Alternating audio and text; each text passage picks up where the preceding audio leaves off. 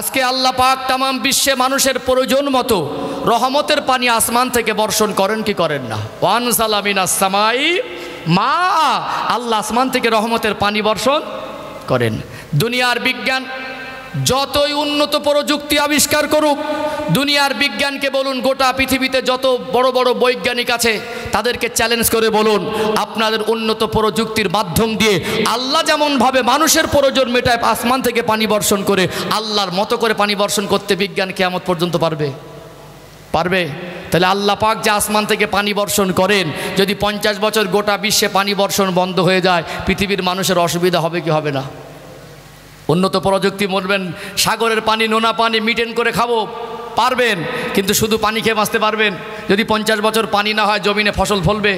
যদি 30 বছর পানি না হয় এই হুগলি জেলার ভারতের জমিনে পশ্চিমবাংলায় কোনো ফসল আর গাছপালা থাকবে বলে মনে হয়? থাকবে না। তাহলে আসমান থেকে পানি বর্ষণ করেন তিনি কে? এটা পৃথিবীর বিজ্ঞানের বাবা 14 পুরুষের ক্ষমতা নেই। কিয়ামত পর্যন্ত যত উন্নত টেকনোলজি আবিষ্কার করুক, আল্লাহর মতো করে গোটা বিশ্বে মানুষের প্রয়োজন মেটানোর মতো পানি বর্ষণ করার ক্ষমতা মানুষের কোনোদিন হবে না। কথা ঠিক না বে ঠিক? 2 নাম্বার, আল্লাহ পাক যে রেজেকের মালিক, অস্বীকার করার জায়গা নেই। পৃথিবীর সব থেকে 10 জন ধনীকে এক জায়গায় করে বলুন, আপনারা পৃথিবীর 10 জন সেরা ধনী, আপনারা আপনাদের ধন সম্পদের বলে একটা শস্যের দানা থেকে গাছ বার করে দেখান, পারবে? পৃথিবীর সব থেকে বিখ্যাত 10 জন ধনী, তারা ক্ষমতার বলে যেমন একটা শস্যের দানা থেকে গাছ বার করতে পারবে না। পৃথিবীর সব থেকে বড় বড় মোস্তানদের, ক্ষমতাশীল মানুষদের বলবেন, বড় বড় পৃথিবীর সব থেকে নাম করা রাষ্ট্রনেতাদের বলবেন, তোমাদের ক্ষমতার বলে তোমরা বিশ্বের নেতৃত্ব দিচ্ছ, দাদাগিরি করছো, তোমাদের ক্ষমতার বলে একটা ধানের থেকে 20 পাতা বার করে বড় করে একটা ধানের শীষ ফলিয়ে দেখাও, এটাও সম্ভব হবে না। আর সারাদিনে আপনি আমি যা খেয়েছি, আমাদের জীবনে যা খেয়েছি, না হয় আসমান থেকে বর্ষণকৃত রহমতের পানি, না হয় জমিনের নিয়ামতি ফসল, সবজি খান অথবা আপনি কোনো ফল ফ্রুট খান, রুটি খান বা ভাত খান, ওটা জমিনের ফসল, আল্লাহর নিয়ামত, এটা অস্বীকার করার জায়গা নেই। অতএব সম্মানিত ভাইরা, আমরা উপার্জন করি, আমরা রোজগার করি, রুজি অনুসন্ধান করে আমরা যেটা আনি, অতএব ওই সুখাদ্য আর কুখাদ্য আল্লাহ ভাগ করে দিয়েছেন। এটা তোমার জন্য হারাম, এটা তোমার জন্য হালাল। ইসলাম যেটা হালাল খাদ্য দিয়েছেন, আমরা যা ভক্ষণ করি, বলুন ওটা যে আল্লাহর নিয়ামত, অস্বীকার করা যাবে? অস্বীকার করা? তাহলে এই জন্য আমরা যা খাই, আমাদের রোজগার করে আনলে ওটা আল্লাহর নিয়ামত, অস্বীকার করা যাবে না। এই জন্য জমিনের ফসল না হয় আসমান থেকে বর্ষণের রহমতের পানি।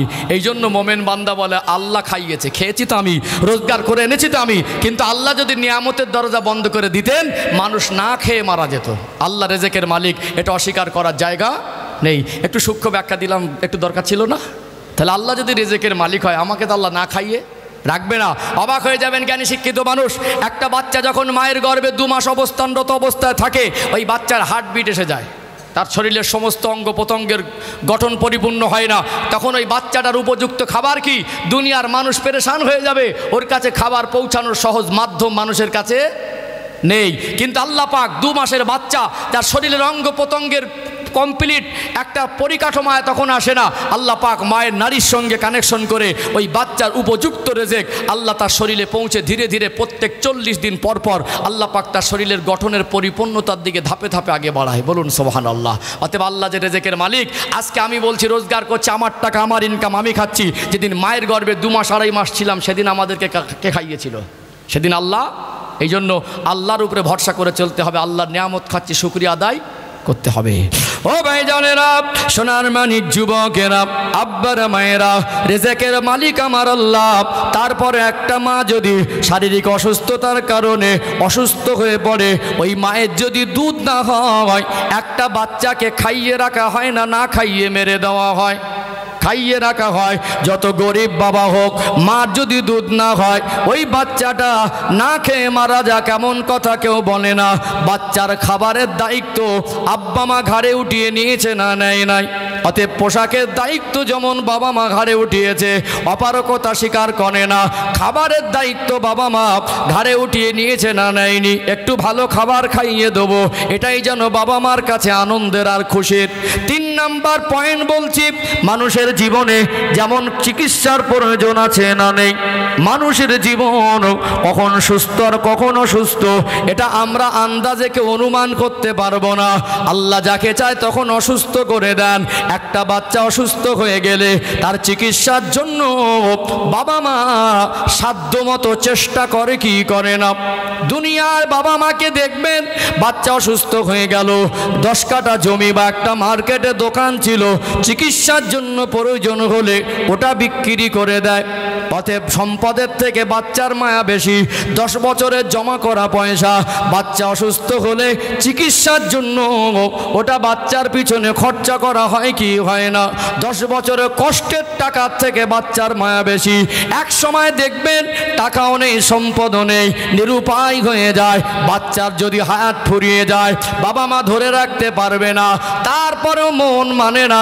বাচ্চা অসুস্থ হয়ে গেলে মানুষের কাছে হাত পেতে ভিক্ষা করেও হলেও চিকিৎসা করে কি করে না? চিকিৎসা করে না? তাহলে চিকিৎসা, পোশাক আর খাদ্যের জন্য আমরা 20 বছরে কোনো ত্রুটি রাখি? ত্রুটি খাদ্য যা লাগবে চেপে চেপে খাওয়াই, পোশাক লাগবে তার 2 গুণ 3 গুণ কিনে দেই, একটু অসুস্থ হলে ডক্টরের কাছে নিয়ে গিয়ে ছুটি। 20 বছর ধরে এই বাচ্চার পিছনে খাদ্য, চিকিৎসার, পোশাকের জন্য আমাদের কষ্ট, মেহনত, ত্যাগ আর অর্থ ব্যয় কম হয়েছে না বেশি হয়েছে? অনেক বেশি হয়েছে। এই 20 বছর বাচ্চাকে মানুষ করলেন, ছেলে হোক আর মেয়ে হোক, আজ সূরা ফাতিহা জানে না, আছে না নেই? নামাজ পড়তে কী হবে জানে না, আছে না নেই? পর্দা করেন, আছে না নেই? 20 বছর ধরে তাকে খাদ্য দিতে পারলেন, চিকিৎসা দিতে পারলেন, পোশাক দিতে পারলেন, আর এই শিক্ষাটুকু সূরা ফাতিহাটুকু শেখাতে পারলেন না। নামাজ কিভাবে শেখাতে সেটা শেখাতে পারলেন না। এই শিক্ষা আপনি তাকে দিতে পারলেন না। আপনি 20 বছর ধরে আপনার সন্তানকে নামাজি হিসাবে গড়ে তুলতে পারলেন না। হুজুর এসে 2 ঘন্টাকে নামাজি করে দিয়ে বাড়ি যেতে পারবে? ক্ষমতা আছে? আপনি 20 বছর ধরে আপনার মেয়েকে পর্দায় মানুষ করতে পারলেন না। হুজুর এসে ওয়াজ করে পর্দা নাশিনা করে দিয়ে যেতে পারবে? তাহলে কেটে গেছে, এক জায়গায় মলম লাগাচ্ছি। আপনার সন্তানের যেমন খাদ্যের দায়িত্ব আপনার উপরে, পোশাক আর চিকিৎসার দায়িত্ব আপনার উপরে। আপনার সন্তানকে দ্বীন শিক্ষা দিতে হবে, এ ফরজে আইনে হুকুমটা আল্লাহ আপনার উপরেই দিয়েছে। কথা ঠিক না বেঠিক? এটা আমরা ভুলেই গেছি, সন্তানকে দ্বীন শেখানো ফরজ। এটা আমরা ভুলেই গিয়েছি, সন্তানকে ইসলামের শিক্ষায় শিক্ষিত করা ফরজ। এই দায়িত্বটা আমরা যদি 3টের সঙ্গে একটা ঘাড়ে উঠিয়ে না নেই, আমাদের সমাজে কোনো দিন শুধু ওয়াজ দিয়ে নামাজি বাড়ানো সম্ভব হবে না। শুধু বড় বড় বক্তা এনে পর্দা নাশিনা, সুদ ঘুষ কমানো সম্ভব হবে না। এই 3টের সঙ্গে একটা দায়িত্ব ঘাড়ে উঠে নিতে হবে। আমার বাচ্চাকে চিকিৎসা দেব, খাদ্য দেব, পোশাক দেব, সাথে দিনের শিক্ষাটাও দেব। এখানে প্রশ্ন, ডক্টর, মাস্টার, ব্যারিস্টার, ইঞ্জিনিয়ার করুন, আমি আমার জায়গা থেকে গর্ব করে বলবো, ওটা আমার কমিউনিটির মানুষ। আমার একটা মুসলিম ভাই যদি সুপ্রিম কোর্টের বিচারপতি হয়, ডিএম হয়, আইপিএস হয়, ডক্টর হয়, ইঞ্জিনিয়ার হয়, উকিল হয়, ওটা গর্ব করে বলবো ওটা আমার ভাই। কিন্তু তার ভিতরে যদি দিনের শিক্ষা না থাকে, ধর্মীয় আদর্শ না থাকে, ওর ডিগ্রি থাকবে, ও নেতা হবে, চাকরিজীবী হবে, ওর ভিতরে মনুষ্যত্ব বেঁচে থাকবে না। আমি এগুলো ভরি ভরি সমাজে ঘটছে, চোখে আঙুল দিয়ে দেখে দিতে পারি। সম্মানিত ভাইয়েরা, আজ আমরা কোন জগতে পড়ে আছি? আজ বাবা মা কতটা অপদার্থ, বাবা মা কতটা অযোগ্য। তাদের কলিজার টুকরা সোনার মানিক সন্তানদের জন্য জমি কিনছে, সন্তানদের জন্য ফ্ল্যাট করছে, সন্তানদের 30-40 বছর সুখের জন্য তার জন্য মার্কেটে দোকান কিনে দিচ্ছে। এটা 40 বছরের সুখের জীবনের জন্য যদি প্রয়োজন হয়, তার আখেরাতে জাহান্নামের আগুন থেকে বাঁচানোর জন্য দিনের শিক্ষাটার প্রয়োজন ছিল কি ছিল না?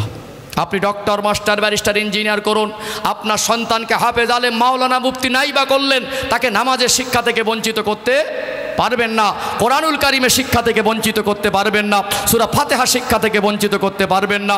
আপনার এই কাজীপাড়া গ্রামে বা আপনার আত্মীয় স্বজনের মধ্যে বা এই মজলিসে যারা আছে এর মধ্যে, কি বাচ্চা হোক, যুবক হোক, বয়স্ক হোক, মুরব্বী হোক, আমি হই আর আপনি হন, আপনার আত্মীয় স্বজন হোক, আমার আত্মীয় স্বজন হোক, যে বা যারা সূরা ফাতিহা জানে না, তাদের জীবনের 1 দিনের 1 ওয়াক্তের নামাজ শুদ্ধ হয়নি। যে বা যারা 5টা সূরা কমের উপরে জানে না, তাদের জীবনের কোনো দিনের নামাজ শুদ্ধ হয়নি। অতএব যে মানুষটার আধার কার্ডে, আই কার্ডে, প্যান কার্ডে, জমির দলিলে মুসলমান, 50 বছর মুসলমানের পরিচয় বহন করছে, অথবা সূরা ফাতিহা আর 4টে সূরা মুখস্থ নেই মনে, ওর জীবনের কোনো দিনের জোহরের নামাজ শুদ্ধ হবে না। সূরা ফাতিহা ছাড়া নামাজ শুদ্ধ হবে?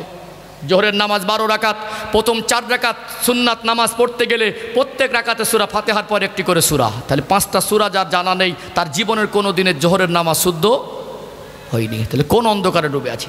বাবা মা এইটুকু দিতে পারলো না, এটা কি সম্ভব না অসম্ভব? নামটা তো মায়ের পেট থেকে মুখস্থ করে আসেনি। হাট্টিমাটিম যদি মুখস্থ হয়, আতা গাছে তোতা পাখি যদি মুখস্থ হয়, ইংরাজি যদি মাস্টার দিয়ে শেখানো সম্ভব হয়, অঙ্ক যদি মাস্টার দিয়ে বোঝানো সম্ভব হয়, আমার বাচ্চাকে সূরা ফাতিহাটা সম্ভব ছিল না? গর্ব করছেন ছেলের মতো ছেলে নেই, মোবাইলে ছবি নিয়ে ঘুরছেন ছেলের মতো ছেলে। আপনার তো লজ্জা লাগা উচিত ছিল। আপনার ছেলেটাকে কলেমা জিজ্ঞেস করলে বলতে পারবে না, আপনার ছেলেকে এক বদনা পানি দিলে উজু করতে পারবে না। আমরা এই রকম ইমানদার হয়েছি, জামা কাপড় চকচকে আর ঝকঝকে, বেইবাড়ি বেড়াতে গিয়ে ঠ্যাঙের উপরে পা তুলে দিয়ে চার দোকানে গল্প করছে, দেখে মনে হবে অ্যাডভোকেট বসে আছে। এক বদনা পানি দেবেন, উজু করতে পারে না। তৃতীয় কলেমাটা জিজ্ঞেস করবেন, বলতে পারে না। 5টা সূরা জিজ্ঞাসা করবেন, বলতে পারে না। আমরা এবার মাথা চুলকাচ্ছি, সমাজে জলসা দিয়ে লাভ নেই। বুঝতে পারছেন? সম্মানিত ভাইরা, প্রতিজ্ঞাবদ্ধ হতে হবে। প্রত্যেকটা মানুষকে, বাবা মাকে দায়িত্বশীল হতে হবে। আমার সন্তান ডক্টর মাস্টার হলেও আমার সন্তানকে দিনের বেসিক শিক্ষা থেকে, ইসলামের প্রাথমিক ভিত থেকে আমরা বঞ্চিত করব না। বলুন, 5 বছরের আগে আমাদের বাচ্চাগুলোকে কি স্কুলে মিশনে ভর্তি করি?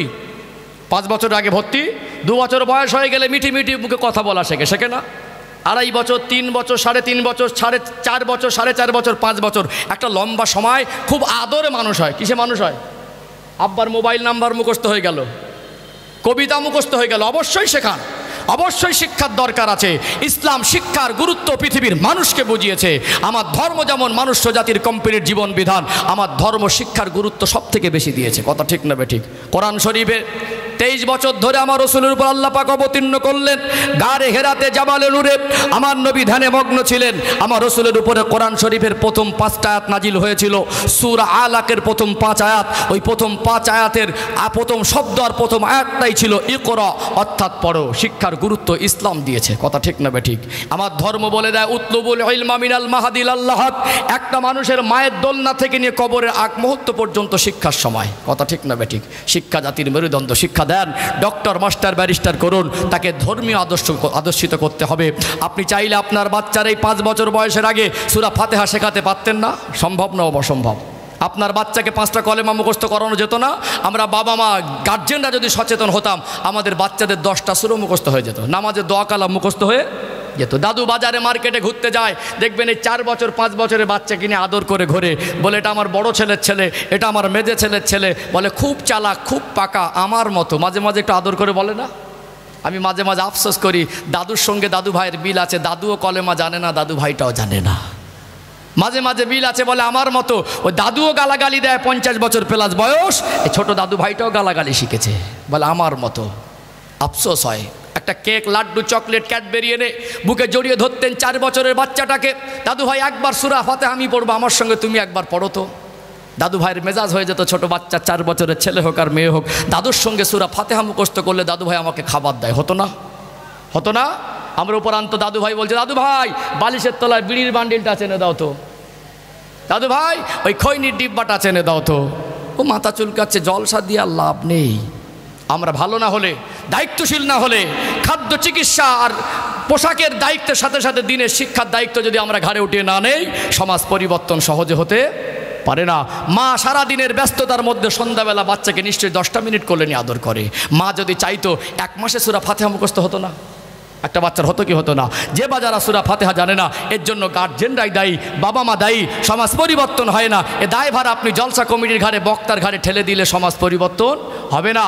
এখানে আমাদের দায়িত্ব বুঝে নিতে হবে, আর আমরা সবাই দায়িত্ববান হব। সমাজ ইনশাল্লাহ ইসলাম প্রতিষ্ঠিত হবে ইনশাআল্লাহ। কথা ঠিক না বেঠিক? আল্লাহ আমাদের বোঝার তৌফিক দান করেন। বলেন শেষের দিকে যাই, বলেন আল্লাহুম্মা, বলেন আল্লাহুম্মা আমিন। তাহলে দেখবেন